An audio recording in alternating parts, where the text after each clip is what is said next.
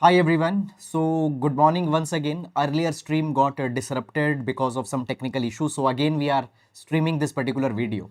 So guys, I welcome you all. Today is 19th of March and welcome to Hindu newspaper analysis discussion. In this particular session, we are going to cover entire Hindu newspaper specifically with respect to our UPSC CSE examination. Here you will find that every article we curate specifically in a way in which you need to write answer in examination. Every article will be subdivided as context, issue and way forward so that you can make sense of the article specifically for exam. And also in last, we are going to take mains practice question on these particular articles so that you can also assess your answer writing skills.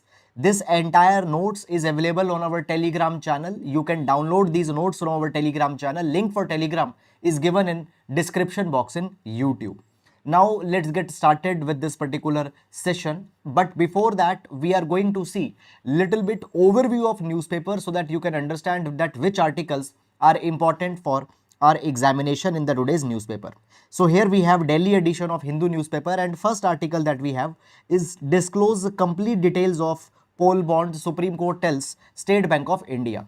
Now recently we have seen that Supreme Court invalidated electoral bond scheme and has asked State Bank of India to share complete information that how much donation was raised by which political party who donated. However, State Bank of India has not given the complete detail. Unique alphanumeric codes that were there on these bonds, they have not been shared. So Supreme Court is asking that why State Bank of India is not sharing the information, and the time till 21st of March has been given. However, I will not advise you to go too much in detail in this particular article for your examination. Why? Because day-to-day development is not needed for our examination. Electoral bond scheme, why it was invalidated, what were the concerns with respect to electoral bond scheme, more than sufficient for your examination. Everyday development is not needed. Fine, EC transfer 6 home secretaries, Bengal DGP, again not important for examination. More high profile arrest possible in Delhi excise case, Satyendra Jain back in jail. Guys, please don't go in these articles and waste your time. Similarly, in city section, regional political issues, advertisements, etc., they have been given. So we will be skipping this particular section and will directly reach to editorial page. Now on editorial, here we have this article, violence, homelessness and women's mental health. We'll take this particular article with respect to GS paper number 2, social justice and related issues. Trade puzzle, the uptick in goods export is heartening but difficult to sustain. So guys, here we see this particular thing that India's goods export, it jumped 11.9% in February, and this was the best export performance that we have seen in last 20 months. Okay, and also we find this particular thing that basically on the basically forex aspect also it is showing some healthy trends. Fine, but the article is saying that actually this is difficult to sustain because a lot of instabilities that are going on in the world stage, such as around Red Sea, there are the Houthis that are carrying attacks, etc.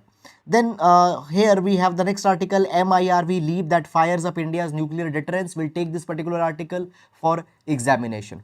Then further moving on, hollow victory. This particular article talks about the recent victory of Putin in the context of Russian election, but this victory cannot be called as a substantial one. Why? Because virtually there was no opposition to contest against the Putin, and that we have seen also. Then next article, all eyes are now on the Indian Ocean region. Good article with respect to India's changing focus. So we'll take this particular article for examination. Bond and bucket, who get how much in the first 2 years. So this article, it is talking about the recent bond details that were released, which political party got how much funding, which company donated how much money. All these information has been given. Then moving on, text and context on FTAs with European country. So this article talks about the recent TIPA, fine, that is the trade and economic partnership agreement that was signed with the EFTA countries. We'll take this particular article in detail, don't worry. Then next page, understanding dialysis outcome patterns in India through a nationwide study. Okay, now this article talks about the dialysis. Guys, understand this particular thing that, just a minute. Okay, so you need not to go too much in detail in medical studies, etc., that are done. Fine, just basically you need to understand the health issues in broad themes. Then further moving on, largely political articles are given here, so we will skip this particular section. Here we have one article, spring season disappearing in many states shows study, will take it. Center notifies rule allowing transfer of captive elephants, will take this particular article for examination. Vaccine for dengue may be out in market by mid 2026, will take this particular article also. Now, further moving on, business page, IT sector 3 to 5% growth in financial year 25, hiring to be muted. Fine. Largely, guys, the Tata Steel UK to cease operation, corporate trends, etc. have been given here. Then we have the world page. On world page, Putin extends rule after taking a landslide victory on Russian polls. Fine. Famine is imminent in northern Gaza, says UN as Israel raids hospital again. So continuing attacks are going on. Because of that, the situation will be exacerbated, will become worse. Then further we have sports section. Okay, so this is, guys, the overview of newspaper, and now let's discuss all important articles one by one in detail. Okay. So every class we start with a GS quotation, and the idea of this particular quotation is to give you certain substance that you can use in your mains answers as well as in your essay. So today we are going to take quotation from D.H. Lawrence. D.H. Lawrence. D.H. Lawrence says, ethics, D.H. Lawrence says, ethics and equity and the principle of justice do not change with the calendar. It means that the principle of ethics do not change with the change in time. Now, when we talk about ethics, there are two viewpoints that are there. One viewpoint says that the ethics, fine, they change with the change in space and time. Okay, ethics which were followed 100 years back, they were something different. Ethics that are followed today and ethics that will be followed tomorrow, they will be different. Okay, but D.H. Lawrence does not believe in this particular thing. He believes in ethical absolutism, and ethical absolutism was also believed by Socrates. And ethical absolutism says that no, ethics don't change. Principles of equity, justice, they don't change. They stay permanent. They stay as the same. You can use this particular idea with respect to the GS paper number 4, nature of ethics, topic number 1. Okay, moving on. So first article that we are going to take is voice, homelessness and women's mental health. This article will take with respect to GS paper number 2, social justice. Within social justice, issues related to women will take this article, issues related to the women. Fine. Now, basically this particular article, guys, what this article is focusing on, this article is focusing on a vicious circle. This article is focusing on vicious circle, where first we see this particular thing, that women, they face violence. This violence can be of two types, that is, in fact can be of three types, that is physical violence, mental violence and sexual violence. Physical violence, mental violence and sexual violence. Because of this particular violence, their mental health gets impacted. And often these women, they become homeless. Fine, because their mental health is impacted, families are often not ready to spend on their mental health to improve their mental health well-being, and these women, they become homeless. So this vicious circle of violence, mental health and homelessness is largely being discussed in this particular article. Now, guys, when we talk about women, we find this particular thing, that as per National Family Health Survey 5. So recently National Family Health Survey 5 data was released, and as per the National Family Health Survey 5, it is provided that 30% of the women above the age of 15, okay, 30% of the women, they experience physical violence, fine, and at least 6% of the women, they report sexual violence. So large number of women in India, they are facing physical violence as well as sexual violence, and this particular violence impacts the women's mental health. And according to a study conducted by Banyan, so Banyan is an organization working for the homeless women and to improve the mental well-being of the women. According to this particular organization, it is said that vicious cycle of violence leads to mental health issues and homelessness. Now it is provided that the when women are facing violence in their home, in their relations, what happened, often because women are believed as a weaker sex by the society, what happens, they are outcasted, they are asked to leave the home, now Understand this particular thing. This exacerbates the women's mental health, and women often they describe that they become mentally unstable. They describe this as madness, and in that what happens, they resist the patriarchal norms. And guys, understand this particular thing. Even resisting the, now see, patriarchal norms are so much entrenched in the society that everybody thinks that they have to be followed. Anybody going against this patriarchy is considered to be mad. So when women resist against the patriarchal norms, society considers them mad. They themselves consider them mad. Why? Because they are resisting this patriarchal norm, which is deeply entrenched in the society. It is seen as normal. Anything going against them is seen as abnormal. This is the situation that is there. Often what they do, they seek solace in imagined realities. Fine. They often create imagined realities. They often basically find that they are creating some alternative realities. Fine. Now, we find this particular thing that poverty, caste, and gender exacerbates the challenges. Now, understand this particular thing. Within the class of women, women who are poor, they face more violence. They face more mental health issues. These women tend to be more prone, more vulnerable to homelessness. This is something that is there. Now, this is the problem. So, what can be way forward? What can be solution in this particular direction? Number one, there is a need to ensure a comprehensive solution should be prepared. A multi-dimensional solution is needed. Understand this particular thing. Number one, what we need to do? First of all, now see one thing, just ensuring mental health institution is not going to solve the problem. Why? Because having this institution is not the ultimate solution. Women should know about these institutions. These should be accessible.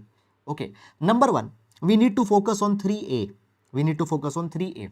What is 3A? That is A, availability of the mental health institution which can give support to women who are facing the mental health issue. Second is affordability.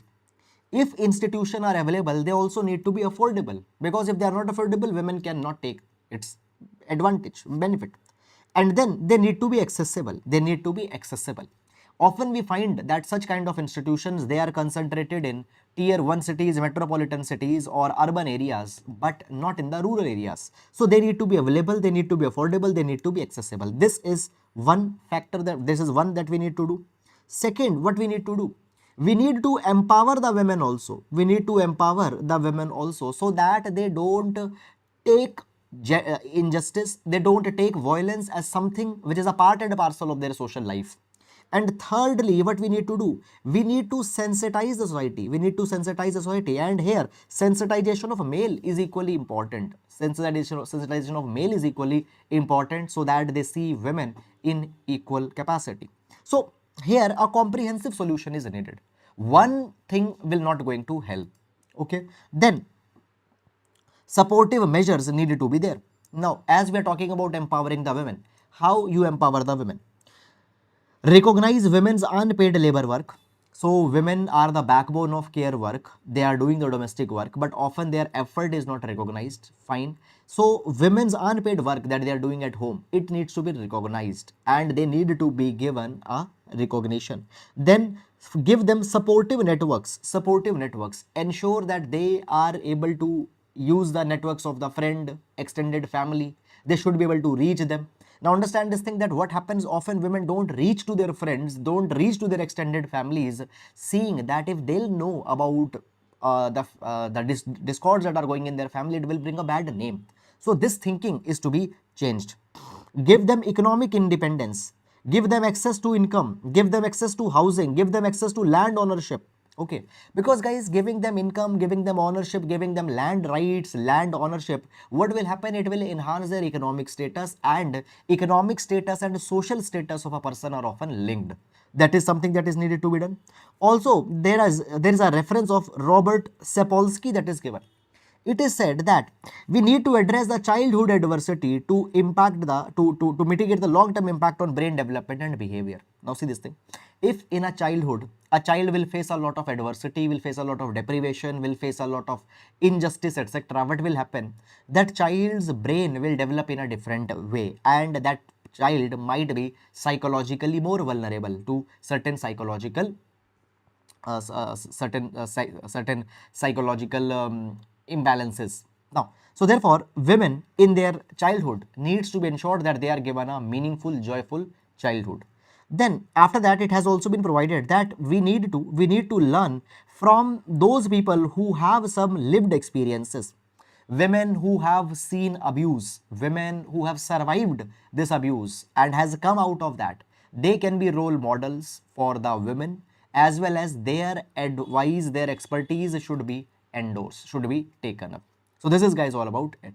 I hope that you have understood it. And now moving to the next article. The MIRV leap that fires up India's nuclear deterrence. Just a minute. Yes, MIRV leap that fires up India's nuclear deterrence. Now, this particular article we are going to see with respect to GS paper number 2 as well as GS paper number 3. Fine. Issues related to national security. Issues related to national security. Now, this particular article, it is talking about Agni 5 recent test that was successful. So, when we talk about Agni 5, what is Agni 5? Agni 5 is India's nuclear capable land based missile. Agni 5 is India's nuclear capable land based missile, and this particular missile has a range of 5,000 kilometer plus. It has a range of 5,000 kilometer plus. Fine. This Agni 5 ballistic missile, it was recently called as Divyastra. It was called as Divyastra. Now, Agni 5 missile has been equipped with MIRV capability. MIRV capability. MIRV stands for Multiple Independently Targetable Re-Entry Vehicle. MIRV is Multiple Independently Targetable Re-Entry Vehicle capability. Now, what it is? Let's understand about this.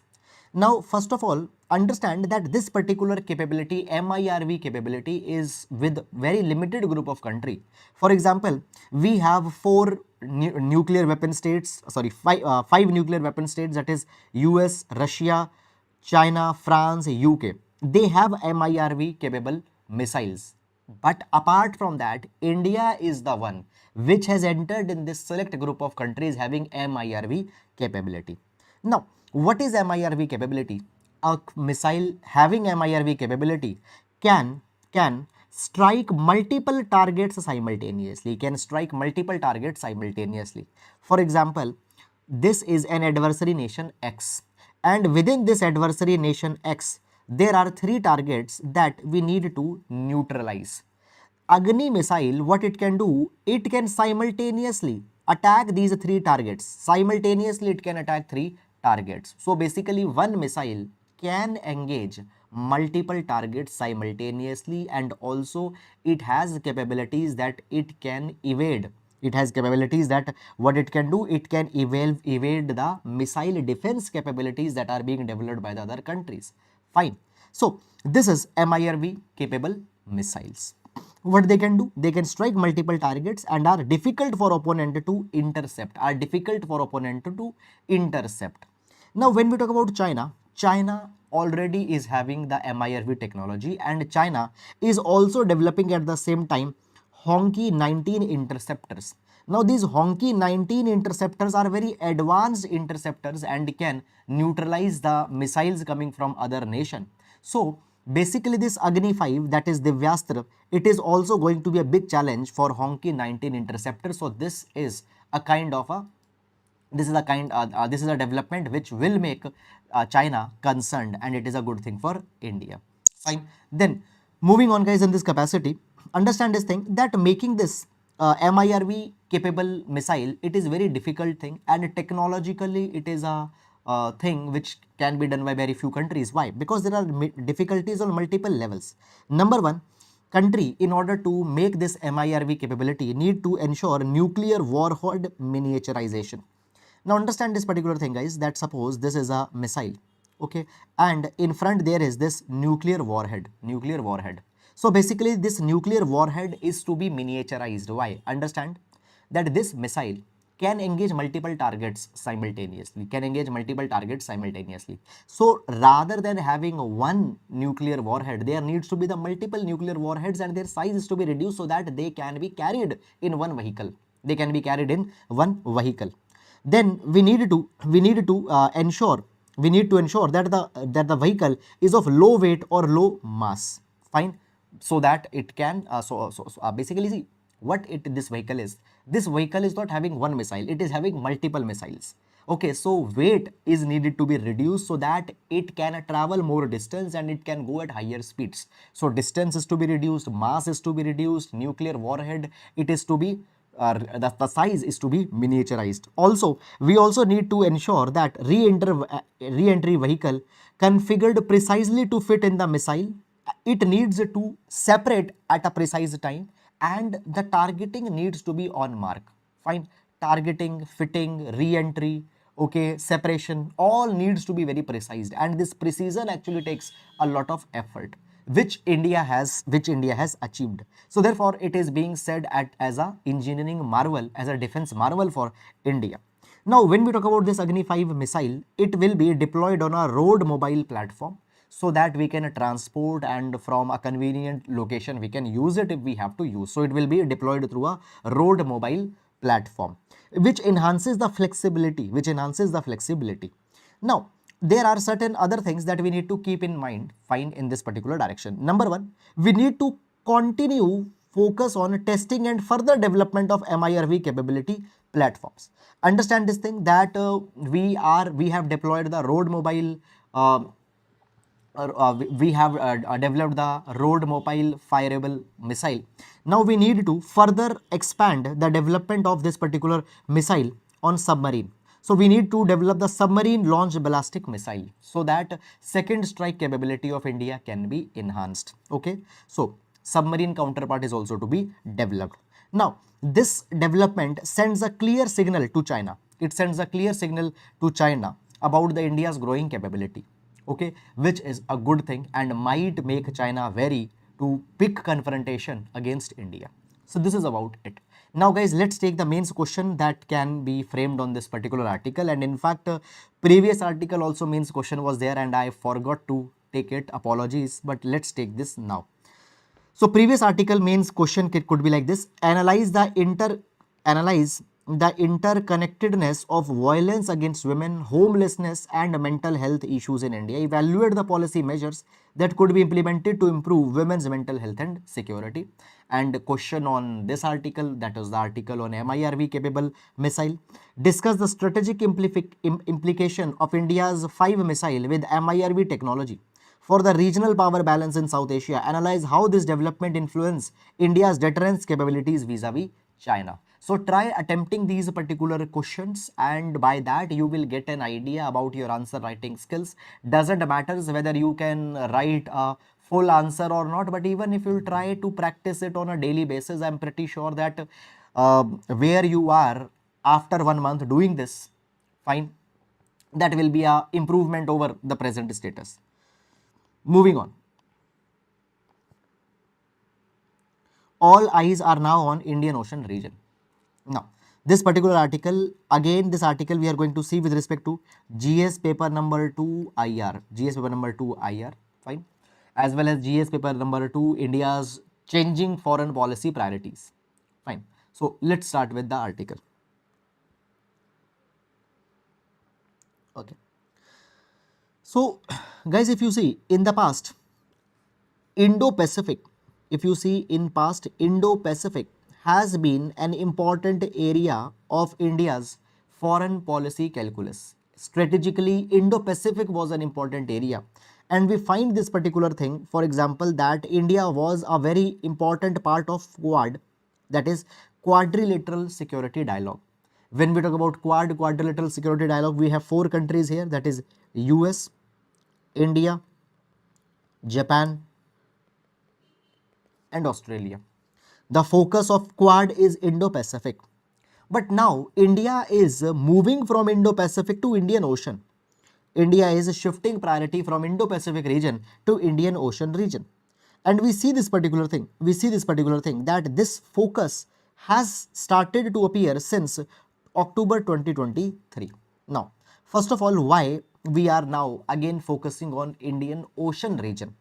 Number one, we find that in Indian Ocean region, there are strategic rivalries that are emerging. For example, if you guys are following newspaper regularly, we have seen that in Maldives recently elections happened. And with this particular election, we find that a new president, Mohammad Muzu, has come to the power. Now, Mohammad Muzu is very much closer to China.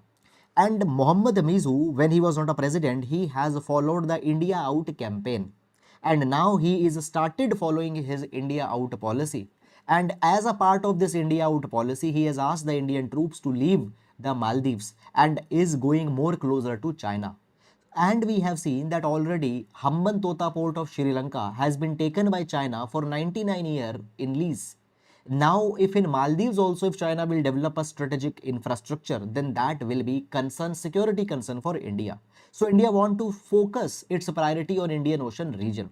And in this particular capacity, India is now focusing on Indian Ocean region more. Okay, this is something that is happening. Fine, Sri Lanka is now showing sensitivity to the India's security concern, but Sri Lanka also in the past has taken certain stands which are against India's interest. Also, guys, we see that recently new airstrip has been inaugurated and a jetty, new airstrip has been inaugurated in Al Jaleja Islands. Okay, now when we talk about the Agalaja Islands, these are the islands of Mauritius. These are the two islands of Mauritius, and they are located here in the Indian Ocean. So what has done here? Here airstrip has been inaugurated by India. Okay. Also, what has happened? A jetty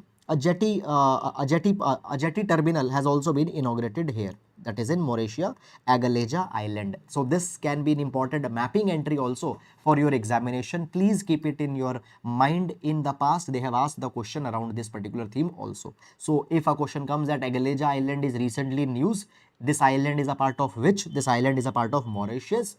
Here India has developed, has inaugurated an airstrip and it is in Indian Ocean. So we see this particular thing. That this is the focus that India is doing, and this development is done under the Sagar policy of India. Then also we find this particular thing that in the Indian Ocean, there are the security concerns that are also developing. Now, how security concerns are developing? You see this particular thing that now Houthi rebels, okay, they are attacking ships who are going towards the Red Sea. Recently, if you see, yesterday we have seen that the pirates, they have captured the ships. So piracy activity, Houthi militias activity around the Indian Ocean region, they have increased. And India, if it wants to enhance its exports, which moves through the Indian Ocean, needs to secure Indian Ocean first. So this is something that is there. Then also, in order to counter the China, we need to focus more on Indian Ocean. Now, what China is doing? China has started engaging Maldives because of the Mohammad Mizu, who is more favorable to China. So now China will try to develop naval base in strategic locations, including the Maldives. So here, India need to be proactively present. Now, what is way forward? What more things need to be kept in mind? Number one, India needs to communicate this change stance to all the neighboring partners. India need to communicate it to all the extended neighborhood country.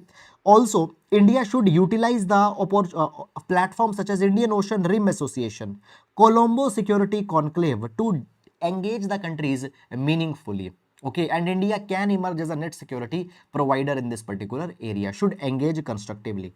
Then also, what needs to do? India needs to enhance the Indian Navy's capabilities, because if Indian Navy will be more capable, their requirements of strategic asset should be met. They should be given the arsenal so that they can have a robust presence in the entire region. So this is, guys, what is needed. And mains question on this particular article can be like this. Examine the shift in India's foreign policy focus. Examine the shift in India's foreign policy focus towards the Indian Ocean region. Evaluate the geopolitical and security implication for the shift for India and its relationship with the neighbor country, especially in the context of growing influence of China in the region. So this can be the mains question, and guys, you can see the quality of the mains question. We ensure that a question should be made in such a way that they should match the UPSC standards. So my only one request is that try to practice these particular questions also. Then moving on. Next is next article. Moving on to next article.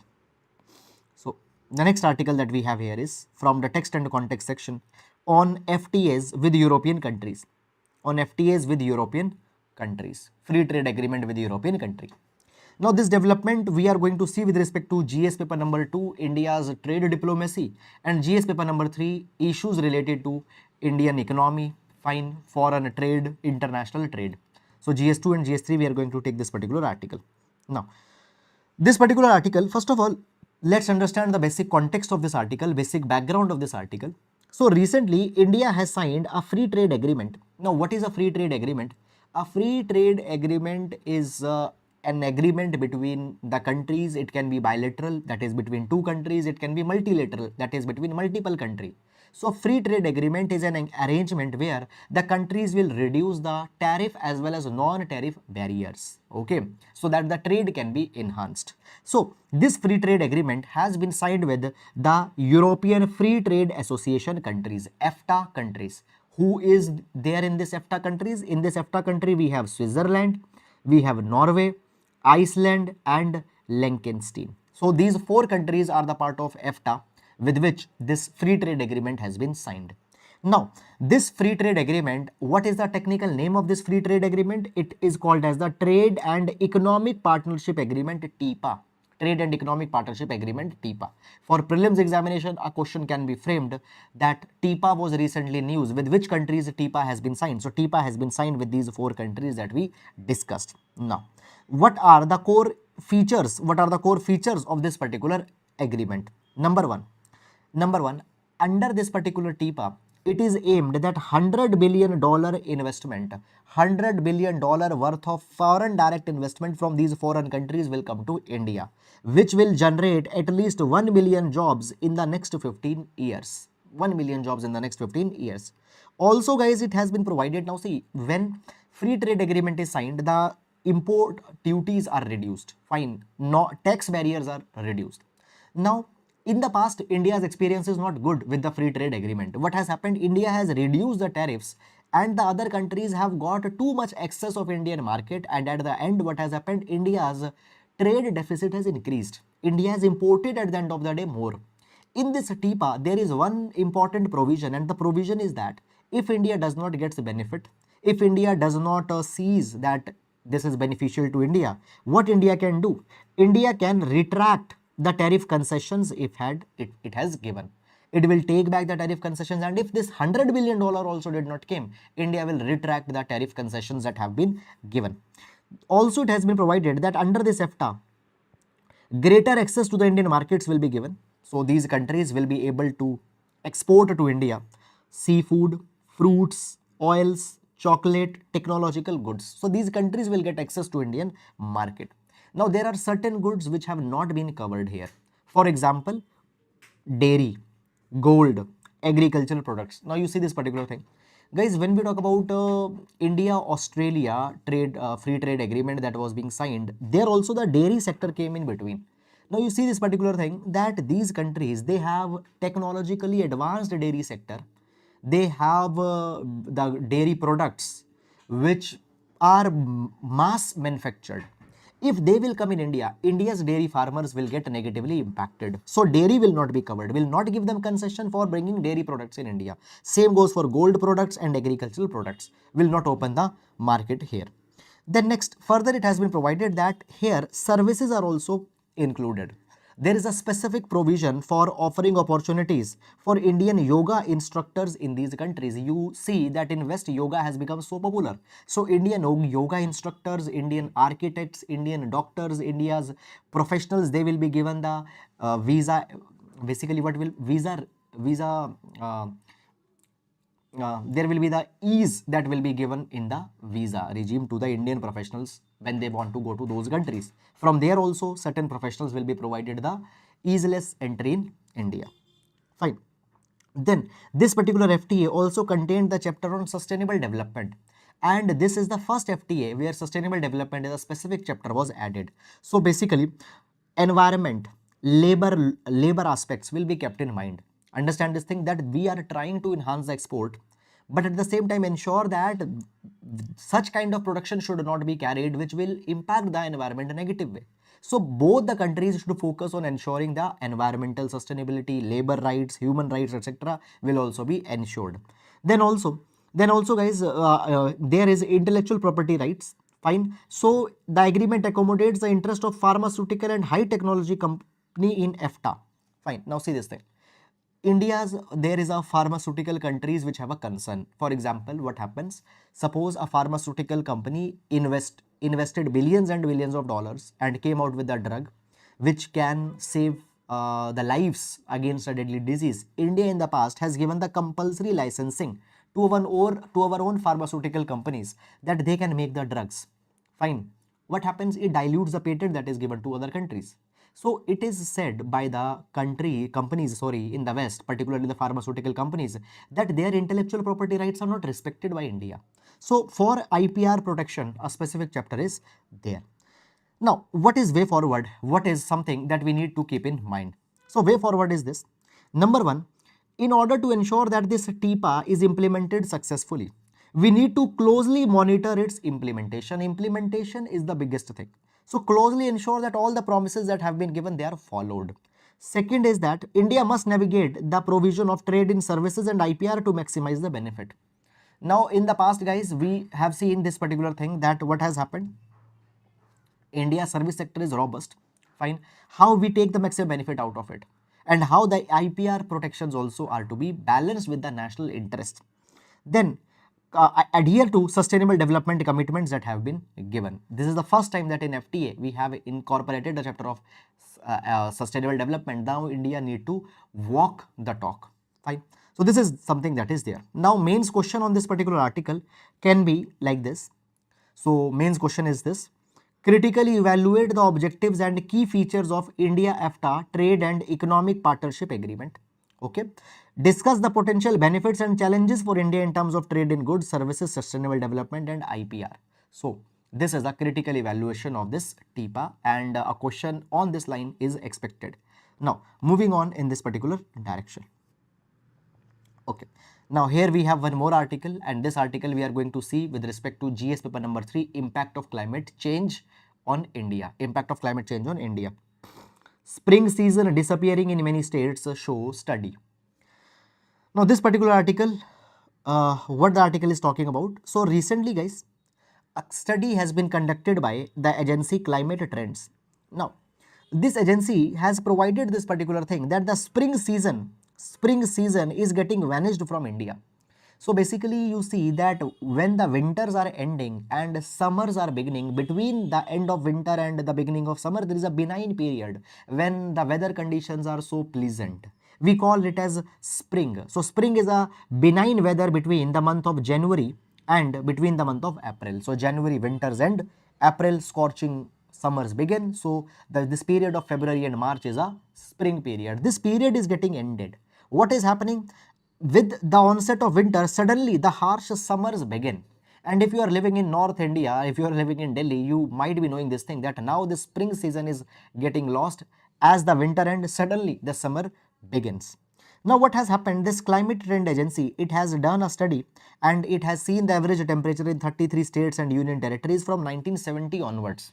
And they find this particular thing, that net warming during the winter is increasing. Net warming during the winter is increasing. And the warming is increasing just as the winters are ending, and this warming, it is seen most strong during the period of December and January, and largely in the areas of south, in the areas of south as well as towards the northeast.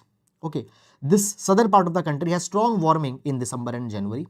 And Sikkim, it has seen that its winters are warmed by 2.4 degrees Celsius. Manipur winters have warmed by 2.1 degrees Celsius. In north, warming is not that much, but because of the sudden warming during the winter, the spring season, it is getting vanished. Now meteorologists, they have ascribed the warming of winter in South India and the lack of rainfall in north in winter due to the disturbance into the western disturbances pattern. Okay, and largely the climate change is also responsible here. So this is guys all about it. And now moving to next article. Center notifies rules allowing transfer of captive elephants. So GS paper number 3, environment, conservation, wildlife. We are going to see this particular article. Now, guys, understand this particular thing, that recently what has happened, center government, they have notified captive elephant transfer of transport rules 2024. Now these captive elephant rules 2024 allows the transfer of elephant from one state to other state. Understand this particular thing, guys, that when we talk about earlier Wildlife Protection Act, it prohibited the trade in wildlife, including both wild and captive elephants. Earlier, that the movement of elephant from one state to other state was not allowed. Even within the state was not allowed. But now the captive elephants movements, captive elephants transfer is now allowed. Okay, now see this particular thing. There are specific circumstances under which a captive elephant can be transferred. And what are these particular circumstances? Circumstance such as that when the owner is no longer in a position to maintain the elephant. When the owner is no longer in a position to maintain the elephant, elephant will be transferred. Okay, guys, just give me 1 minute.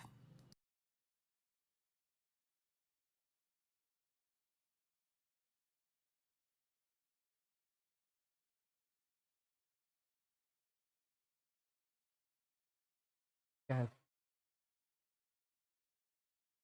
52 भाई यही है.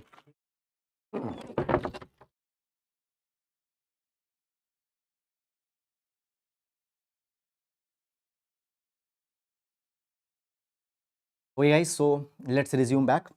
So there are the circumstances under which the captive elephant can be transferred when the owner is not longer in a position to maintain the elephant, and if elephant can be given a better life somewhere else, then the elephant can be transferred.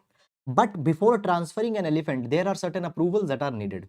Number one, state chief wildlife warden, state's chief wildlife warden should approve if the elephant is to be transferred. Will the elephant be getting a better life somewhere else?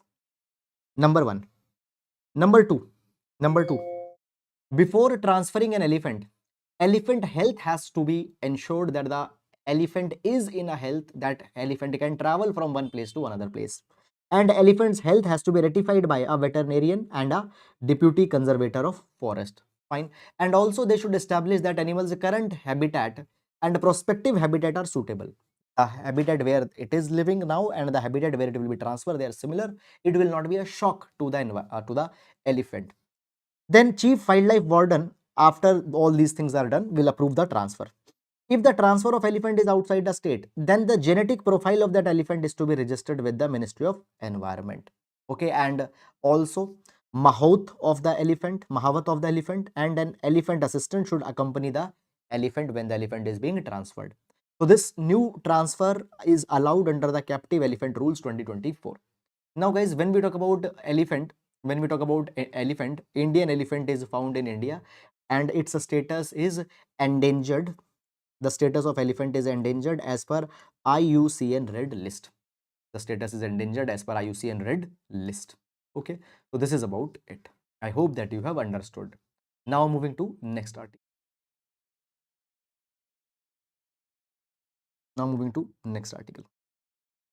Vaccines for dengue may be out in market by mid 2026. Okay.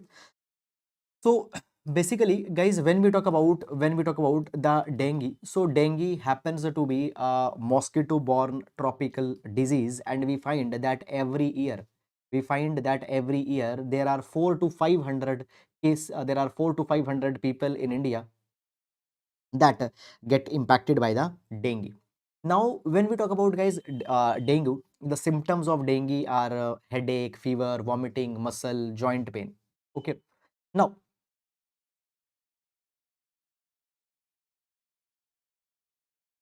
dengue, it is a viral disease. It is a disease which is caused by the virus, and the virus, it is transferred by the Aedes mosquito. Now, basically, the vaccine for the dengue, it is being worked upon by Indian Immunological Limited, IIL. Indian Immunological Limited is working on the vaccine, and they have finished the first phase of clinical trial.